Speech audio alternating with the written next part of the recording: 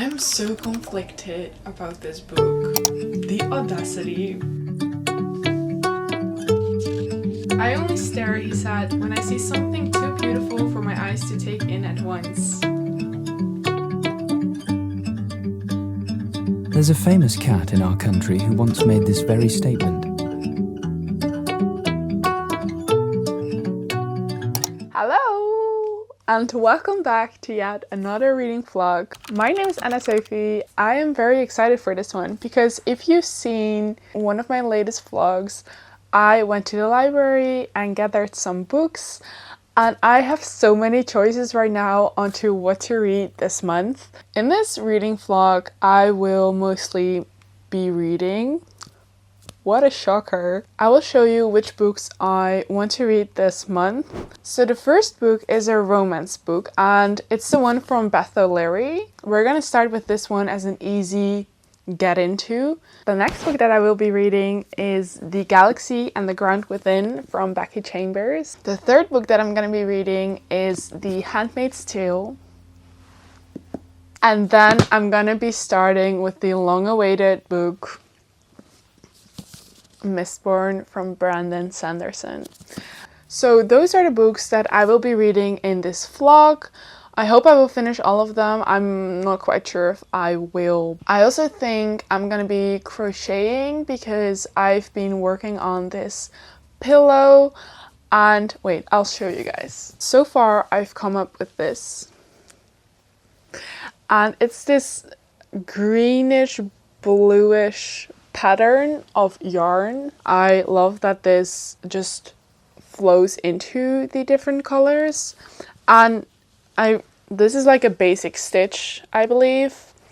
I'm not that knowledgeable about stitches, but I saw this loop stitch, which is basically these little loops, and I think they're so cute. But as you can see, the pillow is quite small. Yeah. It's not there yet. It's like one lower arm. I think I'm gonna grow it like 2 times more, so like adding extra. And then the back side will probably be like this one. So let's get started with reading.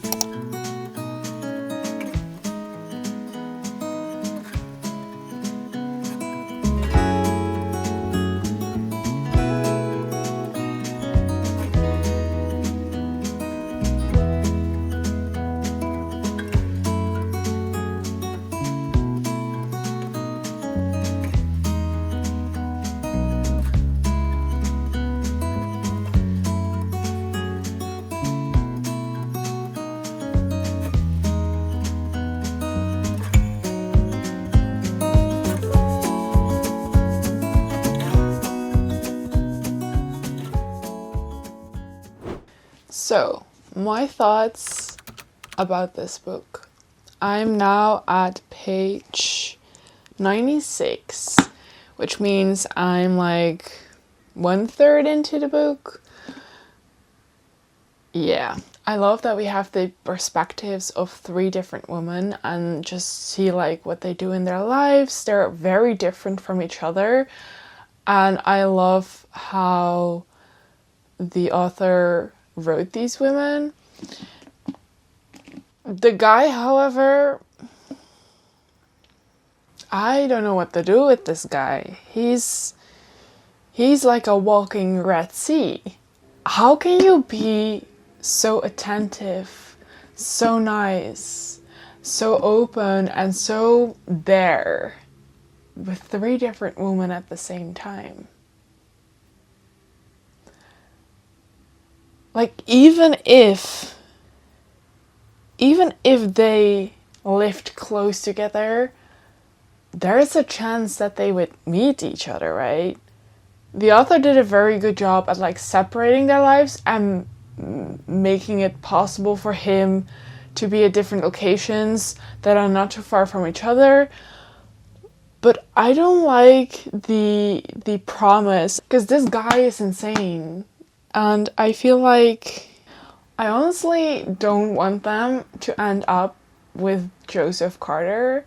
I'm actually hoping that they end up with other people that are appearing in the book as well, in their storylines. Maybe if he wasn't dating them all at the same time, he would be the sweetest guy you could ever meet. But this is not doing it for me. And I'm gonna continue reading it because I just want to know what happens to the woman. I'm kind of hoping that they meet each other. I just hope they get their revenge on him when they know that he's been cheating them the whole freaking time and like having all these lies and double lives. And I had very high hopes, honestly, for this book because I read a book of Bethel Larry before and I found it very swoon-worthy. I really enjoyed it, but this one is ringing so many alarms. You know what I also don't get about this book?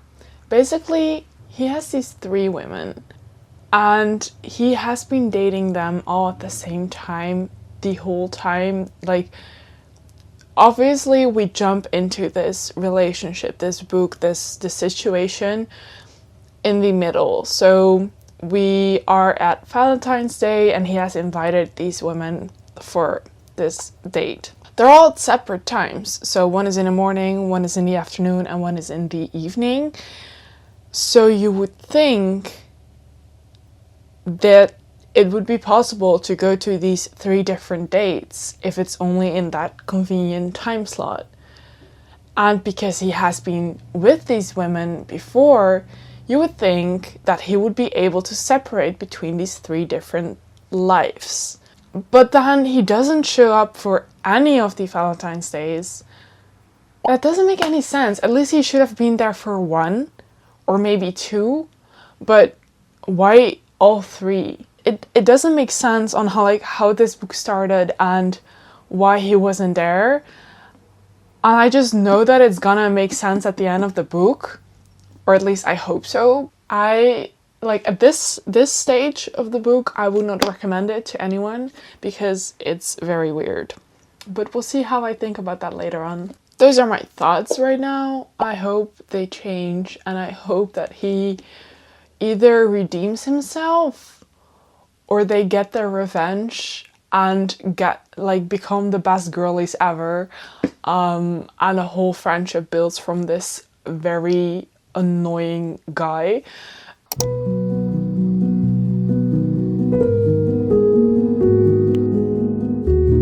Okay, I think it's time for an update on the reading.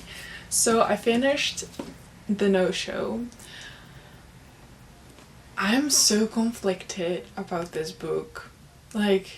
What Bethel Larry has done, the audacity, just a blatant lie. When I finished it, or when I came to the point in the book where you finally understood why he didn't show up for the 3 women on their Valentine dates. Excuse me? What? Honestly, the audacity of the author to put us through that and hate him guts and then still be able to fall in love with him and the woman that he has in his life, and I'm giving him a redemption arc in the best way possible, but also what? I'm not sure if I would recommend it. At the end, I did love the story and I loved the ending, and I was so glad that it did unfold in this way, but I do feel like it's all based on a very the author makes you think about this book in a certain way at the start and then completely throws you off the train with something else, and I don't think it's a book that anyone could therefore enjoy.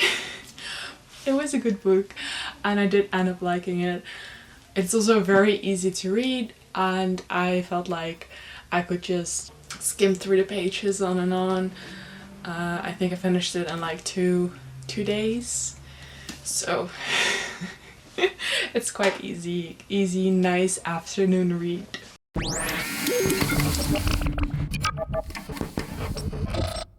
I was very surprised by this genre because, like I said in one of my other videos, I've never actually read science fiction, so this was a first for me.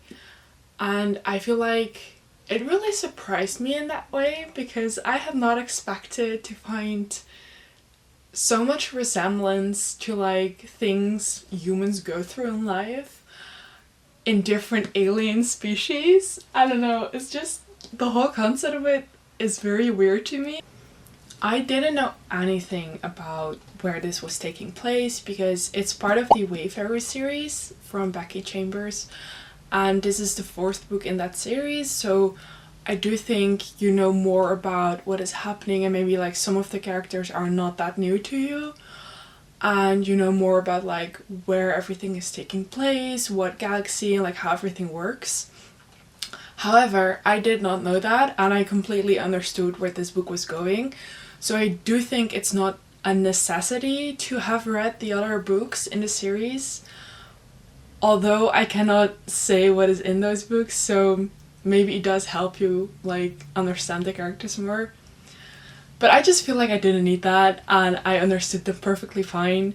I really loved the different concepts that they had in the book, and like certain things that we do as humans I find very obvious to do. They were like questioned in the book, and I really loved that, and kind of like made me rethink about things that we do in our lives and how some things are not as obvious for some people than for others, and how conflict arises. And it was just a very good book where a lot of different topics arose together in a very unique way. And it's basically about these 3 different aliens, or these 3 different species meeting up at this stop, and then there is a technical difficulty, which means that they have to stay there for multiple days and have to be in each other's company, and that leads to some conflicts, that also leads to some solutions and some understanding about different species, learning about cultural values, and about the way that people can be looked upon differently depending on where they're from and what their history is and things like that. I found it a very interesting take on so many dilemmas that we actually have and face in the human world. I loved the characters and their flaws and different ways of living and seeing the world around them. And I do think I'm gonna read the other books from this series because I just love the way that she writes. I do have to say that there were some technical words that I did not understand, or like jargon that was more science fiction based, and I was just like taking it with a grain of salt because I wasn't really sure what it was about or like fully understood the concept. But I still really enjoyed the book even without fully knowing what that was all about. So I think that's also fine. Okay, then there are some quotes that I really liked about this book, so I'm gonna read them to you, and I hope they might interest you into reading this book as well. So the first one is, let me see. Okay, we have this character called P, and she is basically a species that doesn't have ears, so she cannot recognize sound herself. She has like a certain device that helps her do that, and they're playing music in this scene. It's just sound. Like if I'm walking through a marketplace, I can hear talking, movement, and machinery. If I go to, I don't know, to a park, I might hear insects or a fountain or whatever. I know what those sounds are. I can identify with them. So right now, she paused, angling her forehead towards one of the speakers, colors swimming as she concentrated. I know there are drums, flutes, singing. I can tell that it's complicated. I could make you a list of everything I'm processing as I process it. But that's as far as it goes for me. You're feeling something, right? This makes you feel something. Then the second one is, so we're now in a scene with Speaker and Rovak, and those are 2 of the other species. So in this quote, they say, this is from Rovak's perspective. As she walked through the airlock, she seemed markedly different than she had 2 days before, when she'd come in, script in hand, confidently asking him what it was he could do in a pinch. Today there was no script, only the bundles of food he'd prepared for her, carefully tucked around both sides of her cockpit seat in an endearing way. She looked not nervous, no, shy. That was it. Speaker looked a touch shy, and even with his limited knowledge of her, that was not a trait he'd expected. I just found it so cute. And this tad bit of like different language. I love the way that this book incorporates different languages, because in my book that I'm writing, I have a lot of difficulty with trying these different things out with building an own language, or like making words that are accustomed to the world that these characters live in. And I think this book is like the best example in trying out different languages, because all these species have a different way of speaking and a way of like naming each other, and I find that very interesting in this book. So this is, I'm probably gonna pronounce this wrong, but let's try. Felech har ich bet, he said, then translated, may it be to your liking.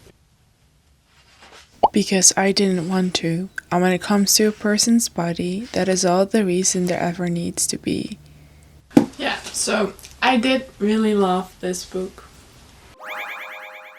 Today I'm gonna be reading or The Handmaid's Tale or the book that I have from Brandon Sanderson, which is the Yumi and the Nightmare Painter. I do think I'm gonna continue reading this because I stopped at a very nerve-wracking part. From what I've read so far, I really love how we see these very different and opposing worlds and two characters that actually have a very similar life or like very similar experience. I absolutely love how they're developing and how the story is like flowing. So I think I'm gonna continue reading this one because I'm very excited on where it's gonna go. So far it has been like very, I wouldn't say boring, because I absolutely loved reading about these things, but there was no fighting scenes or anything like that. It's very beautiful, so I'm very intrigued with this book. And then I also started The Handmaid's Tale, but I'm not that far. I'm at page 23. It's a very different way of writing. The pages also look so old. The sentences just are like so long. And at first I had a lot of difficulty like getting into the book. Like I feel like I still have that, because it's just very different from those kind of stories, and it's very abstract in a way. A lot of things in the book are mysterious or vaguely explained, and I haven't read that much from it yet. I'm very curious on where it's gonna go, but I do think it's harder to read compared to the other books. It makes me think of reading Dutch literature in high school. But I definitely will continue reading this as well, but I do think it will go a tad bit slower than the other books I've read. I'm gonna continue reading Yumi and the Nightmare Painter.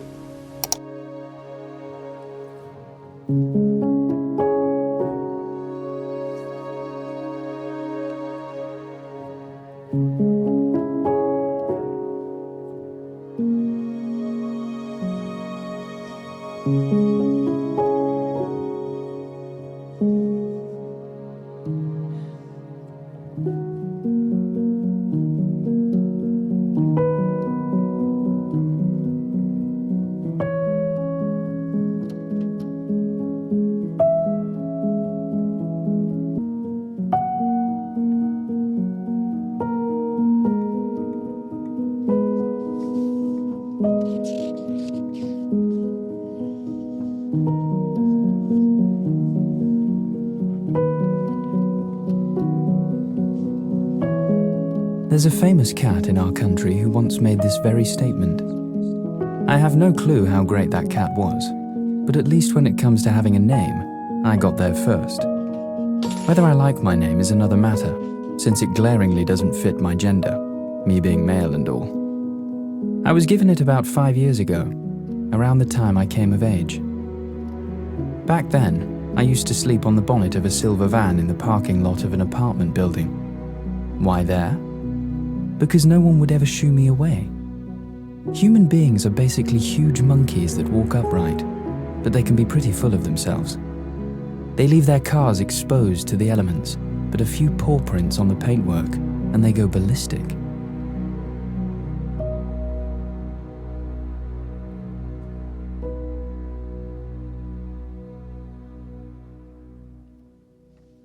I've got another reading update because I finished this book and I absolutely adore this book and these characters. Like, I've never read any of the other books of Brandon Sanderson before, and I think this one has more romance in it than all the other books that he has, because he has a special note about it at the end of the story. Like, I cannot compare that because I haven't read the other books, but I absolutely adore the relationship that's growing between these two characters, Yumi and Painter. It's just very relatable, and the way that their daily life is so different from each other, but still they bond over a lot of different things in the way that they've lived life and had like certain difficulties and, I wouldn't say traumas, but like situations that they had to overcome and learn more about themselves, and this switching between these very opposing worlds combining together in this story. It was very beautiful, and I absolutely adored the way that he used I think it's Japanese and Korean cultural values or like standards. I found it very interesting. It had a lot of aspects that I loved about it, so I'm gonna give this book also 5 stars. I haven't rated the other books that I've read in this reading vlog, but I absolutely have to say that this book is 5 stars in my opinion. At first I had some difficulty getting into it because there's not much happening in the first few chapters. Like, you just see, it's kind of like building the world and sketching the situation that these characters are in and why they're so different. And there's the thing about you. There is a person talking to you, as in to the reader. And I don't think I've ever read a book, except in high school where I had to read a book. I don't even remember the name of it, but there they also used a point of view where you have the author actually talking to the reader, and sometimes that throws me off, so I haven't read a lot of books that do that, but this one did it very well. I wasn't disturbed by it in any way, but I did have to get used to it at the start. It didn't happen like all the time, but I feel like it happened a lot more at the start than it did through the rest of the book. Then I have some quotes, or some, I think it's like 2 or 3 that I want to read for you from this book because I absolutely adore them, and yeah, we're gonna look them up because I don't have annotations because it's a library book, so I have them on my phone and I will look them up for you. Okay, so the first one, I think it's like, I don't want to spoil anything, and it's a bit further down the road in the book, but I think it's okay if I mention this one. "You're staring," she said. He was a painter, not a poet, but somehow he found the right words. "I only stare," he said, "when I see something too beautiful for my eyes to take in at once." That's so cute. And then this one, "They'll find us," she said, turning towards him again. "They'll see where it lands." He shook his head. "We'll be fine." "How do you know?" she asked. "Because this day is too perfect to be ruined now." Ah, what a cuties. Yeah, there are some other quotes that I have as well, but I think they would spoil too much of the story and what is gonna happen, so I'm not gonna put them in here. I don't want to do that to you. I also continued reading The Handmaid's Tale. This story is intense. Like, I'm only at page 53 right now. I'm not sure if I follow completely where she's going with the book. It is pretty gruesome though, the way that certain things are described and how much she relates back to like the loss of freedom that we see as freedom. For example, like having your own room, just a way that they could wear whatever they wanted before, but now they always need to dress in a certain way, they always need to act in a certain way, they can only get this and this and that because they have coupons for it and things like that. And I'm not entirely sure what the difference is between the women. I think they will explain it more later on in the book, and then I will get it, because now she's like hinting at things and it's kind of like there, but I cannot put one and one together, so that's a bit sad. But I think it's something about like the red woman can bear children, and the Marthas, which are like the other women in the household, they are like the ones that do all the other things like cleaning and getting the supper ready. And but then there's also the wives of these men, and I don't know why they are also different and why she needs to look out for the wives more than the men. And I don't know, it's just very confusing. I do have a quote that I want to mention. So she's basically referring to this aunt a lot of the times, because I think she gave her advice before she turned into the woman that she is nowadays. But this is the quote. "These women could be undone or not. They seem to be able to choose. We seem to be able to choose then. We were a society dying," said Aunt Lydia, "of too much choice." Okay, I do think that still holds true, because in this society we have so much of so many things and we always keep buying more and more of everything. So I think that still holds true, and we still have a lot of choices that we can make throughout the day, because we do have a certain freedom to it. And I do know that not everyone has that, so that's also a privilege. But yeah, it's a very interesting book, and it does make you think about a lot of things. Yeah, that's the update about this book. And that leads me to the end of this vlog. Let me know in the comments what your favorite book is, or what a book is that you've been reading recently. I hope you enjoyed this vlog.